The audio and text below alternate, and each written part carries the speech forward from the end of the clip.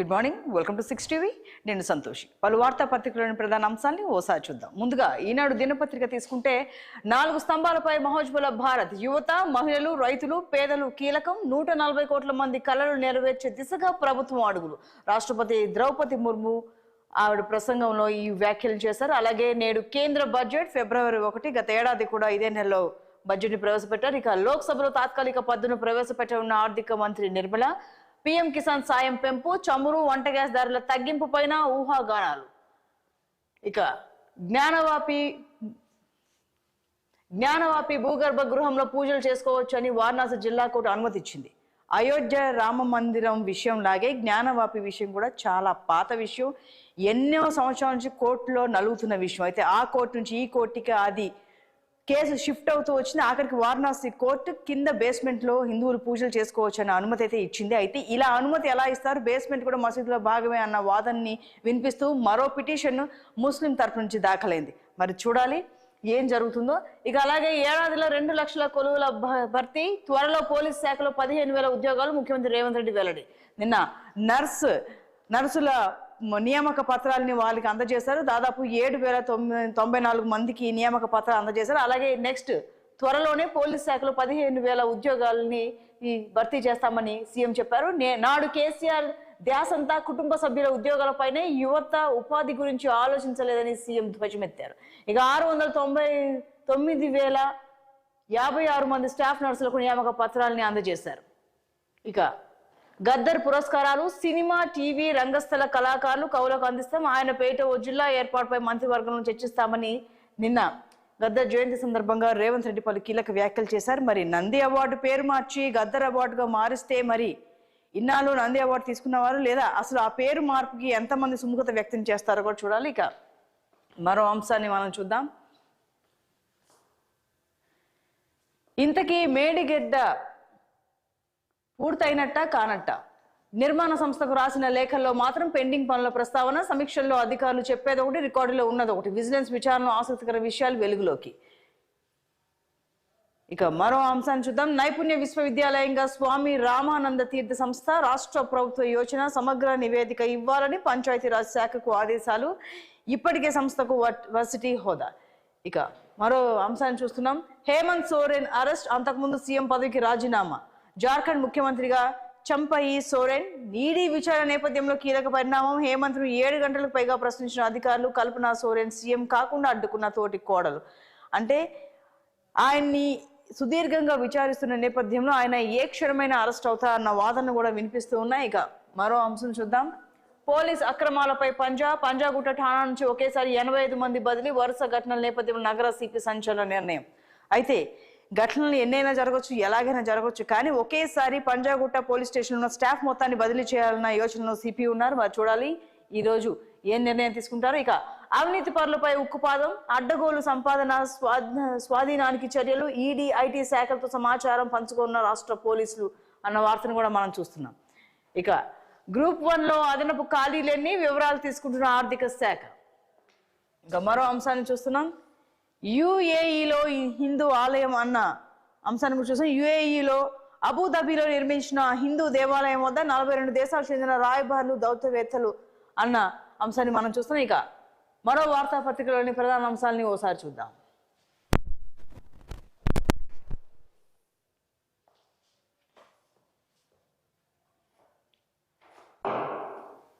Same ఇంకా నంది అవార్డుకి సంబంధించిన వార్తని చూస్తున్నాం. ఇక నుంచి నంది అవార్డు కాదు గద్దర్ అవార్డు అంటూ ఆ వార్తని వెలుగు వార్తాపత్రిక ప్రచురించింది. ఇక కేసీఆర్ కు మాణిక్యం ఠాకూర్ లీగల్ నోటీసులు, పీసీసీ చీఫ్ పదవిని 50 కోట్లకు అమ్ముకున్నారన్న కామెంట్లపై ఆగ్రహం, వారంలోగా జవాబు చెప్పకుంటే కోర్టుకి ఇరుస్తారని హెచ్చరిక. మంత్రి కోమటిరెడ్డి మాటలనే గుర్తు చేశానన్న కేటీఆర్, ముందు ఆయనకు నోటీసులు పంపాలని సవాల్, కోర్టు విచారణ ఎదుర్కోక తప్పదని ఠాకూర్ కౌంటర్. ఎస్, కేటీఆర్ చేసిన వ్యాఖ్యల్ని కూడా మనం చూస్తూ ఉన్నాం. ఇక బడ్జెట్ సెషన్ లో కుల గణనపై బిల్లు, చట్టబద్ధంగా చర్చలు జరుపుతామని పొన్నం ప్రభాకర్ అన్న మాటలను కూడా మనం చూడొచ్చు. ఇక మేధావులు, బీసీ సంఘాల సూచనలు తీసుకుంటాం, ప్రతిపక్షాలు కూడా సలహాలు ఇవ్వచ్చు. పూలే విగ్రహంపై కవిత 10 ఏళ్లు ఎందుకు మాట్లాడలేదు, లిక్కర్ కేసులో బిజీగా లేకపోవడం వల్లే కొత్త నాటకం అని కామెంట్ చేశారు పొన్నం. ఇక పంజాగుట్ట పిఎస్ గురించి కూడా వార్తను మనం చూస్తూ ఉన్నాం. ఇక నెక్స్ట్, సింగరేణిలో కొత్త గనులతో ఉపాధి, 3 బొగ్గు బ్లాకుల కోసం టెండర్లో పాల్గొనాలన్న వివేక్ ఫిబ్రవరి 2న రైతు భరోసా 500 రూపాయలకు సిలిండర్పై ప్రకటన. త్వరలో 2 స్కిల్ డెవలప్మెంట్ సెంటర్ల ఏర్పాటు. చెన్నూరు నియోజకవర్గంలో పలు అభివృద్ధి కార్యక్రమాల్లో పాల్గొన్న ఎమ్మెల్యే అన్న వార్తను కూడా మనం చూస్తూ ఉన్నాం. కోదండరామం చట్టసభకు పోనీయరా, బీఆర్ఎస్ తీరుపై టీజేఎస్ రాష్ట్ర వ్యాప్త నిరసనలు. కేటీఆర్ దిష్టి బొమ్మల దహనం. సిటీ సెంట్రల్ లైబ్రరీలో మోకాలపై కూర్చున్న నిరుద్యోగులు. ఉస్మానియా యూనివర్సిటీ ఆర్ట్స్ కాలేజ్లో ఆందోళనలు. ఎస్, కోదండరాం అలాగే మరొకరి ఎమ్మెల్సీ ప్రమాణ స్వీకారానికి బ్రేక్ పడిన నేపథ్యంలో ఇటువంటి వ్యాఖ్యలు చేస్తూ నిరసన వ్యక్తం చేస్తున్నారు. ఇక మరో వార్తాపత్రికలను ప్రధాన అంశాలను ఒకసారి చూద్దాం.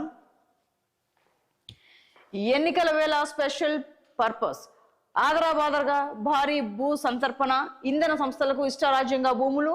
జేఎస్డబ్ల్యూ న్యూ ఎనర్జీలకు ఏకంగా 21,100 ఎకరాలు. మరికొన్ని స్థలాలకు వేలల్లోనే. ఇండోసోల్ కు గతంలో మెగావాట్ కు 3 ఎకరాలు, ఇప్పుడు అదనంగా మరో 3 ఎకరాలు. ఇక ఈ నెల 16న 4వ విడత వైఎస్ఆర్ చేయుత 6,100 పోస్టులతో డిఎస్సి కేబినెట్ నిర్ణయాలన్న వార్తను కూడా మనం చూస్తున్నాం. డోలీలను చూస్తే ఆదిమ సమాజం గుర్తొస్తోంది. గిరిజన ప్రాంతాల్లో వైద్య సౌకర్యాలపై నివేదిక ఇవ్వండి. ప్రభుత్వానికి హైకోర్టు ఆదేశం. గిరిజన ప్రాంతాలకు రోడ్లు వేస్తేనే సమస్యకు పరిష్కారం. PMGSY నిధులతో రోడ్లు వేయొచ్చుగా కేంద్ర రాష్ట్రాలకు కోర్టు నోటీసులు ఇచ్చింది. ఇప్పటికీ గిరిజన ప్రాంతాల్లో ట్రైబల్ ఏరియాస్లో డోలీలలో ప్రెగ్నెంట్ ఉమెన్స్ హాస్పిటల్కి వెళ్తూ ఉంటారు. కానీ దారిలోనే వాళ్ళు చనిపోవడమో, లేదా మాతా శిశువులు ఎవరొకరు మరణం సంభవించడమో, లేదా ఇద్దరికి ప్రమాదం జరగడమో, సౌకర్యాలు లేకపోవడం, అంబులెన్స్ కూడా వెళ్ళలేని దుస్థితి ఇప్పటికీ గిరిజన ప్రాంతాల్లో ఉంది. మరి ఇన్నాళ్ళు ఏం చేస్తున్నారంటూ కోర్టు మొట్టికాయలు వేసిన వ్యాఖ్యలు మనం చూస్తున్నాం. మరి చూడాలి కేంద్ర రాష్ట్ర ప్రభుత్వం ఎవరు స్టెప్ తీసుకుంటారు. మరో వార్తను చూస్తున్నాం. మెగా లేదు దగానే. ఎన్నికల ముందు జగన్ మెగా డిఎస్సి హామీ. 23,000 పోస్టులు ఉన్నాయని ప్రకటన. రాగానే అవన్నీ భర్తీ చేస్తామని ప్రగల్భాలు. అధికారంలోకి వచ్చాక పట్టించుకొని వైనం. ఎన్నికల ముంగిట మళ్ళీ డిఎస్సి నాటకం. 5 ఏళ్లు ఆగిన 6,100 పోస్టులకి అనుమతి. 10,000 ఇస్తారని ఆశపడే నిరుద్యోగులు. ఒక్కటి భర్తీ చేయకుండానే పోస్టులు మాయం. ఈ ప్రభుత్వంలో పరీక్ష నిర్వహణ కూడా కష్టమే. ప్రతిసారి ఏబిఎన్ ఆంధ్రజ్యోతిలో ప్రచురించిన వ్యాఖ్య ఏమిటంటే, ఎప్పుడు చూసినా ఎన్నికల కాన్సెప్ట్లో ఎన్నికల స్టంట్ రూపేణ డిఎస్సి అంశం తీసుకొస్తున్నారు, కానీ నిజంగా భర్తీ చేసింది లేదు అని చెప్తున్నారు. ఇక మరో వార్తను చూస్తున్నాం. అవినీతి భానుడు. కృష్ణాలో రేషన్ బియ్యం రీసైక్లింగ్ లో కోట్లకు పడగలు. పేకాట శిబిరాలతో 2 చేతుల ఆదాయం. బెల్ట్ షాపులు నడుపుతున్న అనుచరులు. జోరుగా గంజాయి అమ్మకాలు. భారీగా క్రిమినల్ కేసులున్న టీటీడీ పదవి. మితిమీరిన కుటుంబ సభ్యుల పెత్తనం. హత్యల దాకా వెళ్లిన మట్టి అక్రమ రవాణా. ఈ కేసు ఎమ్మెల్యే వియంకుడిపై ఆరోపణలు. రైతు బజార్ల నుంచి దండుకుంటున్న సతీమణి. ఒక్క దారి నుంచి కాదు, 1,00,000 దారుల నుంచి కూడా ఇక్కడ అన్యాయంగా దండుకుంటున్న వ్యాఖ్యలు మనం చూస్తూ ఉన్నాం. ఇక మమ్మల్ని ముంచేస్తారా, ఎన్నికల ముందు ఎందుకు ఈ టెండర్. మైనింగ్ అధికారులను నిలదీసిన కంపెనీలు. బైరెటీస్ టెండర్లతో పాల్గొనలేమని స్పష్టీకరణ. కొత్త సర్కార్ టెండర్లు రద్దు చేస్తే పరిస్థితి ఏంటి. 90 కోట్ల డిపాజిట్ ఫ్రీజ్ చేస్తే మాకు తంటాలే. బిడ్ల దాఖలకు కాంట్రాక్టర్లు ససేమిరా. మళ్ళీ మన ప్రభుత్వమే భరోసా ఇచ్చేందుకు గనుల శాఖ ఉన్నతాధికారి యత్నం. అయితే వచ్చాక టెండర్లు పిలవండి అన్న కంపెనీలు. ఇక ఆ ఎమ్మెల్యే గాయం. నెలన్నరగా కనిపించని ఆచూకీ. సొంత నియోజకవర్గానికి దూరం. డబ్బులు లేవు, పోటీ చేయను అని వైసీపీ పెద్దలకు వర్తమానం. గతంలో టీడీపీలోనూ ఇదే వ్యూహం. ఆర్థిక సమస్యల ఓటమి భయమా తెలియని సంగతి అన్నట్టుగా మనం ఆ వ్యాఖ్యను చూస్తున్నాం. ఇక శివయ్య సన్నిధిలో సిద్ధమా. శ్రీశైలాన్ని తాకిన జగన్ ప్రచార పిచ్చి. నిబంధనలకు విరుద్ధంగా ఫ్లెక్సీలు. శ్రీశైలం బస్టాండ్ వద్ద ఏర్పాటు చేసిన జగన్ ఫ్లెక్సీలు ఆ ఫ్లెక్సీలను ఏర్పాటు చేస్తున్న విజువల్తో సహా ఇక్కడ పిక్చర్తో సహా ఇక్కడ వ్యాఖ్యానించారు. ఇక జస్టిస్ మహేశ్వరి కుమార్తె పెళ్లి. ధర్మారెడ్డి, వేమిరెడ్డి హాజరు. వధువరులకు టీటీడీ పండితుల ఆశీర్వచనం అన్న వార్తను చూస్తున్నాం.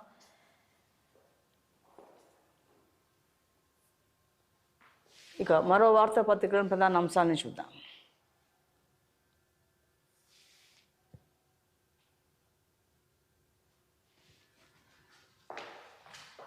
Inter first English first time junior విద్యార్థులకు ఆంగ్లం ప్రాక్టికల్స్. నేటి నుంచి ప్రారంభం. ఆందోళన చెందుతున్న స్టూడెంట్స్. భయం పోగొట్టేందుకే అంటున్న బోర్డు. జేఈఈ ఎన్సీసీ ఎగ్జామ్స్ రాసే వారికి మరో బ్యాచ్తో నిర్వహణ.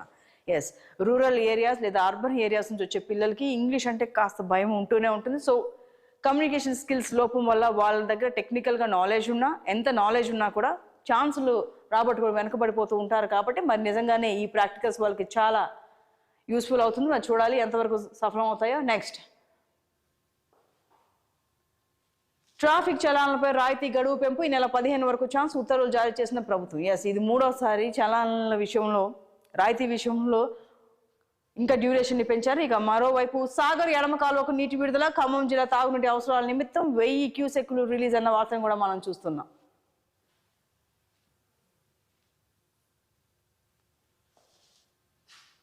ఇక మధ్యంతర బడ్జెట్ గురించి కూడా వార్తను చూస్తున్నాం. ఈ రోజు ఉదయం 11 గంటలకు ప్రవేశపెట్టనున్న ఆర్థిక శాఖ మంత్రి నిర్మలా సీతారామన్ ఈసారి దిశ నిర్దేశక్ బాతే పేరుతో మోడీ 2.0 ప్రభుత్వానికి ఇదే చివరి పద్దు. యూనియన్ బడ్జెట్ యాప్లో వివరాలు. ఈసారి కూడా బడ్జెట్ ఆన్లైన్లో అంటే ఆన్లైన్ కాపీలోనే అని చెప్తున్నారు. అలాగే ఇంకా నెక్స్ట్ మరో వార్తలు చూద్దాం. పాలమూరును రాజకీయంగా వాడుకుంటున్నారు. 10 ఏళ్ల పాలనలో అడుగడుగున నిర్లక్ష్యం, సంగం బండ నిర్వాసితులకు త్వరలో పరిహారం, సిడబ్ల్యూసి ప్రత్యేక ఆహ్వానితులు వంశీచంద్ర రెడ్డి పాలమూరు న్యాయయాత్ర ప్రారంభం అన్న వార్తను కూడా మనం చూస్తున్నాం. ఇక ఎమ్మెల్సీలుగా మహేష్ గౌడ్, బల్మూరి ప్రమాణం, మండల్ చైర్మన్ గుత్తా సుఖేందర్ రెడ్డి ఛాంబర్లో పాల్గొన్న మంత్రి శ్రీధర్ బాబు, దీపదాస్ మున్షి నేడు ఎమ్మెల్యేగా కేసీఆర్ ప్రమాణం. చాలా రోజుల తర్వాత అంటే విశ్రాంతి విరామం తర్వాత కేసీఆర్ గజ్వేల్ ఎమ్మెల్యేగా ఈ రోజు ప్రమాణ స్వీకారం చేయనున్నారు. దీనికి ఈ రోజు చాలా మంది బీఆర్ఎస్ తరఫున నేతలు కార్యకర్తలు హాజరయ్యే అవకాశం ఉంది. ఇక డిప్యుటేషన్ కరప్షన్, టీఎస్ఎండిసి కరప్టెడ్ ఆఫీసర్లు, ఇసుక రవాణాల్లో వసూళ్ల పర్వం, 100 కోట్లు కూడబెట్టుకున్న అధికారులు, బంధుగణం, స్నేహితుల పేరిట ఆస్తులు, ఆఫీసర్ల పేర్లు చెప్తే ఉద్యోగుల్లో వణుకు, మాట వినని వారిపై బదిలీ వేటు, అవుట్ సోర్సింగ్లకు తప్పని ట్రాన్స్ఫర్స్. నేడో రేపు టీఎస్ఎండిసిపై సీఎం సమీక్ష. వరుసగా సీఎం సమీక్షలు చేస్తూ ఆయా శాఖల్లో ఎవరైతే కాల పరిమితికి మించి విధుల్లో ఉన్నా లేదా అక్రమ సంపాదన ఆర్జించినా వారిపైన వేటు వేస్తూ వస్తున్నారు. ఇక నెక్స్ట్ వారంలో బీజేపీ ఫస్ట్ లిస్ట్, 8 నుంచి 10 స్థానాలకు ఎంపీ అభ్యర్థుల ప్రకటన. సికింద్రాబాద్, కరీంనగర్, నిజామాబాద్ లో సిట్టింగులకే ఛాన్స్, ఆదిలాబాద్ లో కొత్త అభ్యర్థి కోసం అన్వేషణ. ఈ లిస్టు వచ్చేసి బీజేపీ ఫస్ట్ లిస్ట్ కి సంబంధించిన వ్యాఖ్యను మనం చూస్తున్నాం. మరోవైపు కేటీఆర్ కు మాణిక్యం లీగల్ నోటీస్ అన్న వ్యాఖ్యను చూస్తున్నాం. అయితే కేటీఆర్ కోమటిరెడ్డి ఏవైతే వ్యాఖ్యలు చేశారో వాటిని నేను గుర్తు చేశానని చెప్పడం జరిగింది.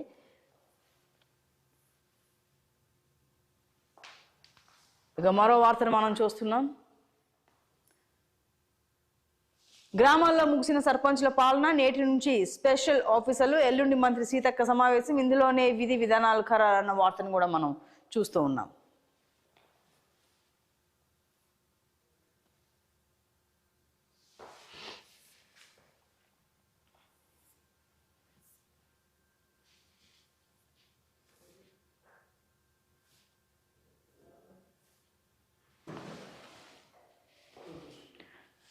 రైట్, ఇవి పలు వార్తాపత్రికలోని ప్రధాన అంశాలు. షార్ట్ బ్రేక్ తర్వాత న్యూస్ అప్డేట్స్ చూద్దాం. Stay with us.